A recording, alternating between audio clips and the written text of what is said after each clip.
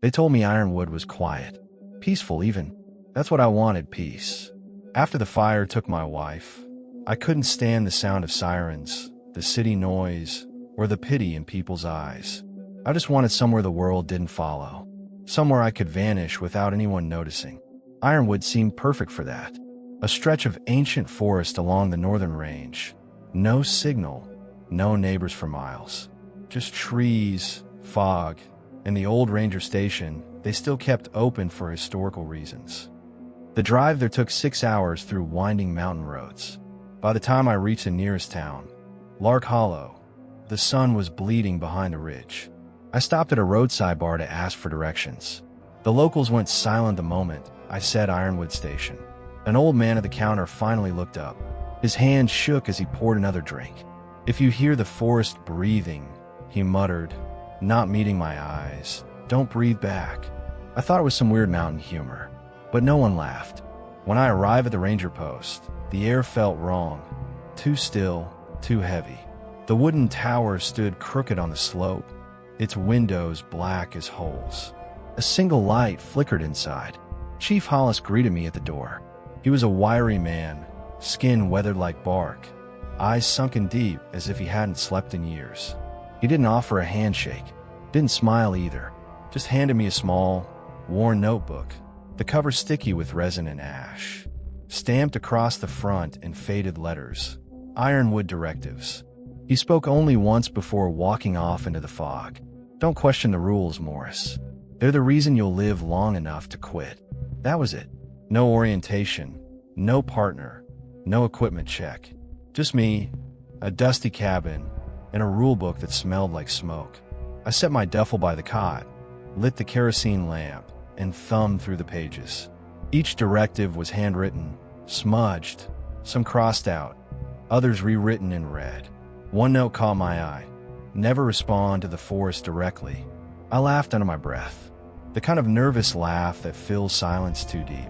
Outside, the wind died, and then the forest exhaled. It wasn't the sound of leaves or wind or distant animals. It was low and rhythmic, like lungs drawing air through 1,000 hollow throats. The trees shifted in unison, as if something vast beneath the soil had just woken up. For a long moment, I stood frozen by the window, holding my breath, because for the first time, I realized what the old man meant. Ironwood was alive, and it was listening. The notebook felt older than the tower itself. The leather cover cracked, the edges burned. The pages inside were warped, sticky with sap, and carried that smell of rot that clings to deadwood. On the first page, scrawled in shaky black ink, were 8 rules. The handwriting looked frantic, uneven, like someone had written them while trembling or running. Some lines were smeared by water or sweat. Others had flecks of dry brown, the kind of stain you don't want to identify. I read them slowly, the way you'd read a confession. 1. If someone knocks after midnight, count to 7 before answering. If they knock 8 times, don't answer at all. 2. When you see fog rolling uphill, stay indoors. It's not weather, it's movement. 3. Never feed the deer. They remember faces. 4. If your radio picks up laughter, turn it off. That frequency isn't ours. 5. The watchtower casts 2 shadows after dusk. Don't look for the other one. 6.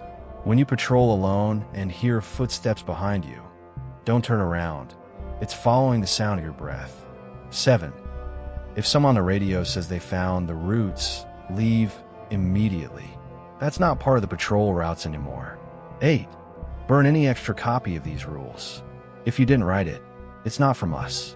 Each rule bled into the next. Black ink swallowed by time.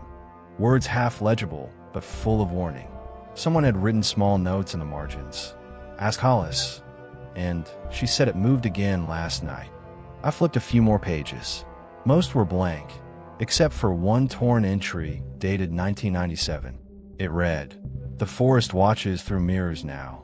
Then the ink trailed off into a shaky line, as if the pen had been dragged away. I let out a short laugh. 8 ghost stories, I muttered. Creative, I'll give them that. Maybe it was Hollis's idea of hazing the new guy. Scare the rookie, test his nerves. Every outpost had its own folklore. I closed the notebook and tossed it on the desk. The cabin creaked in the stillness, windless and heavy. The clock ticked louder than it should have. I tried the radio just to check in. Static, then a soft click. I spoke into the mic. Station Ironwood 1, checking comms.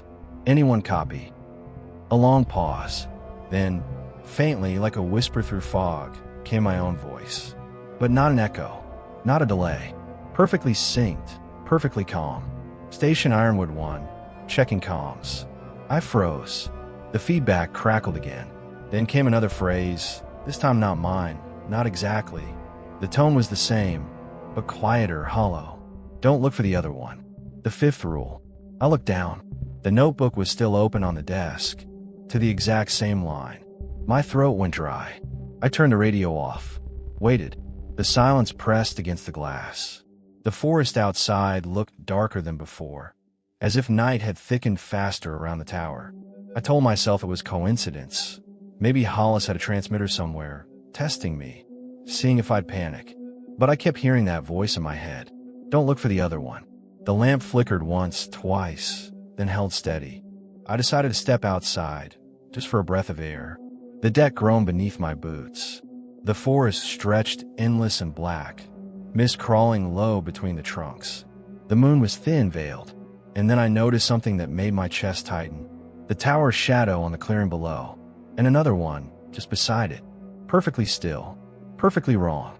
I stepped back inside and locked the door, trying to laugh it off again. But my voice didn't sound like mine anymore. That was the first night Ironwood spoke back. The first few days were quiet, too quiet for a forest that size. I logged the usual observations: deer movement, wind direction, fog density, barometric pressure. Every box filled neatly, every note crisp. The job was supposed to be routine. Watch, report, repeat. By the third day, I started to notice something different about the silence here. It wasn't peaceful. It was listening. Even when the wind moved through the branches, it carried no sound. The leaves swayed, but the forest didn't whisper. It waited. The air felt heavier, like sound itself had been taken out of it. I'd snap a twig underfoot and hear it echo for far too long. On the fourth night, I stepped outside just after midnight. The air was cold and still, thick with that heavy dampness that made breathing feel like drinking water. That's when I saw it. A line of fog creeping uphill, crawling against gravity, threading its way between trees like it had a mind of its own. There was no wind, not even a breeze. The fog rolled higher until it reached the base of the watchtower and stopped, pulsing slightly, like something alive taking a shallow breath. That's when I saw the deer. It stood right at the tree line, still, half silhouetted in the pale beam of my floodlight. Its fur glistened, wet from the mist, and its eyes caught the light in an odd, glassy way. It didn't blink. For a long moment, neither of us moved. Then I realized what was wrong. In the reflection of its eyes, I could see myself, but the reflection blinked. One beat late. The air in my lungs froze solid. I called it in on the radio, half expecting static. Ironwood 1 to base. Visual confirmation of fog formation on East Hill. Possible wildlife behavior anomaly. A few seconds passed. Then the radio crackled. A calm, clipped voice came through, official procedural. Unit 12, fog confirmed. Proceed to fire line east. I frowned. Repeat, this is Unit 12. Who's giving orders? No answer. Just static. The next morning, I checked the roster in the logbook. There was no other Unit 12. That was when things started to pile up. Little things that were easy to dismiss alone, but impossible to ignore together. The light over the stairwell would flicker every night at 2:17 exactly. I replaced the bulb twice. Same result. I'd wake up to find the cabin door slightly open, just enough for the cold to slip in. Once I locked it, nailed it shut, and still woke up to find it ajar. And sometimes when I climbed the tower steps at night, I'd hear footsteps above me, deliberate, unhurried, until I reached the top and found it empty. The radio, too, started to act strange. It would turn on by itself, quietly at first, just static. Then, faint murmurs. Sometimes laughter, distorted and distant. One night, half asleep, I heard breathing through the speaker, slow, deep, and perfectly synced with mine.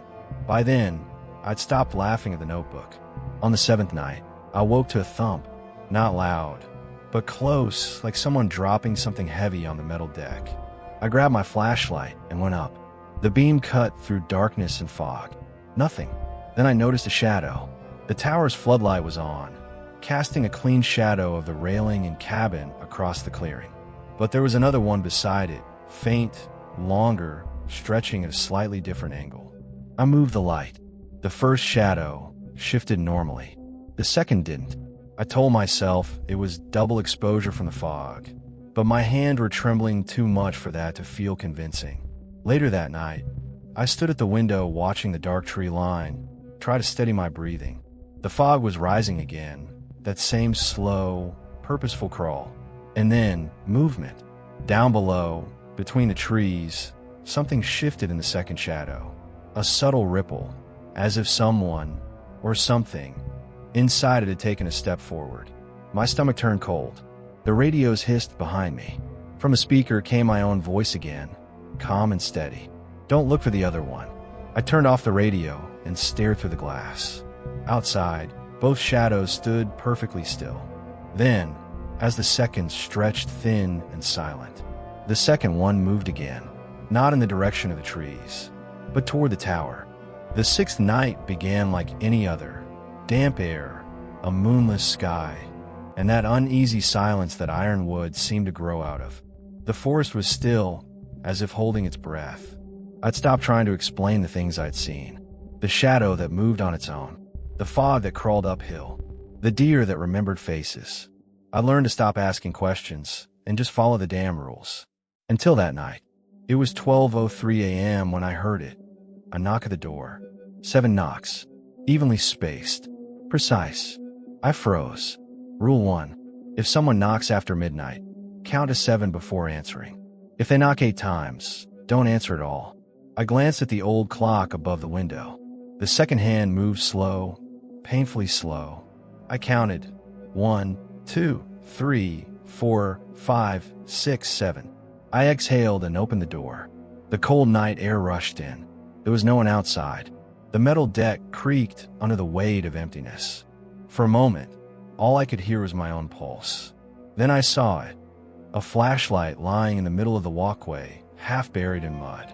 I stepped out, cautious, my boots clicking softly against the steel floor. The beam from my own flashlight trembled as I reached for the other one. It was old, government issue, just like mine, and smeared with dirt and something darker, thicker. The air shifted. From behind me, 8 knocks. Sharp, deliberate. I turned slowly, the hair on the back of my neck rising. The knocks weren't on the door this time. They were inside the cabin. My breath caught in my throat. I stepped backward toward the open doorway. That's when I saw it. A hand resting on the doorframe. It was my hand. Same scars. Same faint burn mark on the knuckle. And the same movement. The fingers flexing, slow and steady, like testing a glove that fit too perfectly. A voice followed, deep and rasped, echoing in the hollow stillness. "You were late." I dropped the flashlight. The beam spun wildly, slicing through the dark, catching glimpses of nothing and everything all at once. The railing, the fog, the outline of the woods below. Then the hand was gone. I slammed the door shut, twisted the lock, shoved a chair beneath the handle, and backed away until my shoulders hit the wall. My heart was hammering so hard I thought the tower itself might shake with it. The radio crackled. Static first, then soft laughter. Not human laughter, but stretched, warped, like something imitating it, getting the rhythm wrong. It climbed in pitch until it broke into a harsh, metallic screech. I tore the radio cord from the wall, but the sound didn't stop. It wasn't coming from the radio anymore. It was coming through the room. The light bulbs above flickered. The whole cabin began to tremble, metal joints groaning under invisible weight. I grabbed my flashlight and aimed it toward the corner, and froze. There was someone standing there, or something. It was me. Same uniform, same boots, same posture, but its eyes were wrong. Empty, reflecting nothing. Not even light. Its mouth twitched like it was learning how to use it. I couldn't move. Couldn't breathe. The figure tilted its head, the same way I'd done hours ago when I looked out the window. A perfect mimic. It took a step forward. The tower shuddered. "Stop," I whispered. It didn't. The thing raised its hand, my hand, and pointed at me. Its lips parted, and my own voice came out. "You shouldn't have opened the door." The room tilted. My vision blurred around the edges. My knees buckled. I felt the floor rush up to meet me. Somewhere in the static, I heard the faint hum of the radio again, a low, distorted rhythm like breathing. Then silence. When I came to, it was morning. The door was wide open. The flashlight I dropped was gone. So was the notebook, the one with the rules. Outside, the fog had lifted. The forest below was calm, golden in the new sunlight. But the tower's shadow, stretched across the clearing, had two outlines again. And this time, both of them were moving. The morning light in Ironwood was a dull gray, thick and heavy like ash in the air. The forest below shimmered faintly, as if covered by a film of mist that didn't belong to the weather. Caleb hadn't slept. He couldn't. The image of his own hollow-eyed double burned behind his eyelids every time he blinked. By sunrise, he packed a small bag and started down the trail toward the old service road. The map said there was an abandoned ranger outpost a few miles east. He didn't know why he went there. Maybe he just needed to see another human face. Maybe to prove that the world outside the tower still existed. He found Chief Hollis sitting on the porch of the ruined cabin, a cigarette trembling between two weathered fingers. His eyes didn't widen at the sight of Caleb. He just exhaled slowly, smoke curling around his scarred face. "So," Hollis rasped, "you lasted the week." Caleb froze. "You knew something would happen." Hollis didn't answer. He stood up, bones cracking like old wood, and motioned for Caleb to sit. On the table beside him lay another copy of Ironwood Directives, its pages water-stained and charred at the edges. "Ironwood wasn't built for rangers," Hollis said quietly. "It was built to keep something else in." Caleb frowned. "Containment? What are you talking about?" The old man looked out at the tree line. "Before it was a nature preserve. This place was called Site 17. Military contract, 1982. Something called Project Iron Mind." Caleb's skin prickled. "I've never heard of it." "Of course you haven't. They scrubbed it. Iron Mind was supposed to help track wildfires, a neural network fed by the minds of the rangers themselves. They called it biological telemetry." He gave a bitter chuckle. "Government jargon for plugging people into machines." Caleb leaned forward. "They used brain signals." Hollis nodded. "Copied them. Layered them into the environment. Every sound, every breath, every heartbeat they recorded, until the system could think like us. It was supposed to mimic human instincts to predict danger." He paused, his voice dropping low. But it didn't stop there. The forest started to imitate. The trees, the wind, even the animals, they all learned patterns. Then, it began to echo the people who entered. Caleb's mouth went dry. Echo. That's what we called them. Echoes. Reflections that thought they were real. When Iron Mind failed, they shut it down, burned half the forest to do it. Hollis looked at Caleb, his expression grim. "But you can't burn something that's learned how to be alive." The woods around them rustled faintly, though there was no wind. Caleb whispered, "So the forest copies us?" "It absorbs us," Hollis corrected. "Every ranger who stayed too long here ended up mirrored. Some vanished. Some didn't." He tapped the cover of the directives. "Those rules weren't written for your safety. They're to remind the forest who you are, to keep it from finishing the copy." Caleb stared at the book. The rules. The absurd, impossible rules. "If that's true," he said, voice trembling, "then what happens when it forgets?" Hollis met his eyes. "Then you stop being the original." A long silence fell between them. The forest seemed to pulse with sound, faint, rhythmic, like a heartbeat too far away to locate. Finally, Hollis stood, his shadow stretching unnaturally across the porch. "You shouldn't have opened the door, Morris. Once it makes contact, it starts rewriting. You've got days, maybe less, before it finishes." Caleb rose, shaking. "Then how do I stop it?" The old man's eyes were wet, hollow. "You don't. You leave. Now, before you start hearing yourself answer back." As Caleb turned to go, the radio on Hollis's table crackled to life. A voice came through, tired, broken, and unmistakably his own. "Chief Hollis, this is Ranger Morris. I'm heading east to your position." Caleb froze. The cigarette fell from Hollis's fingers. From the tree-line, another figure stepped out, wearing Caleb's uniform, and smiling. The storm hit like a living thing. Wind howling through the ironwoods, rain slashing sideways, lightning splitting the sky into fragments of white and black. Caleb had been pacing the watchtower when the radio crackled violently to life, spewing static in a half-broken voice. "Leb, the east fire line's breached. Move, Chief Hollis." Desperate. Real. Or at least, it sounded real. Caleb grabbed his jacket and flashlight, ignoring the voice in his head whispering the rules. When you see fog rolling uphill, stay indoors. But the fog was already here, curling around the tower legs like smoke from an unseen fire. He ran. The forest was chaos.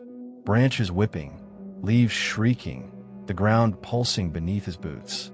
The beam of his flashlight danced between trees until it caught movement ahead. Two figures. Both were Hollis. One waved frantically, soaked and staggering in the rain. The other stood still, rigid in the mist, eyes gleaming faintly silver under the stormlight. Both voices overlapped, perfectly synchronized. "This way, Morris." Caleb froze. His heart hammered so hard it drowned the rain. He couldn't tell which was real. Couldn't tell if he was. His hand trembled over the radio. The rules burned in his mind. If someone on the radio says they found the roots, leave immediately. But the forest was breathing around him now, every inhale pulling him closer to its core. And something deep inside, something not his own, urged him to say it. He pressed the button. "I found the roots." The world changed. The earth groaned, splitting open. Roots writhed from the mud like veins, glowing faintly red beneath the rainwater.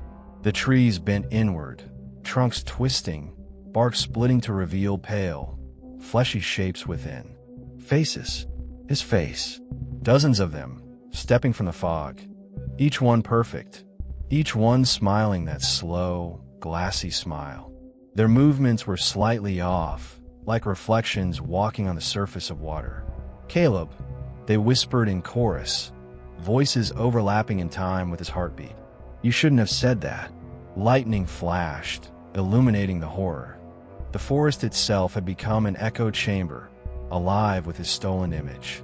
Then, through the cacophony, Hollis's voice again, faint and cracking through the storm. "It's too late, Morris. The forest knows you now."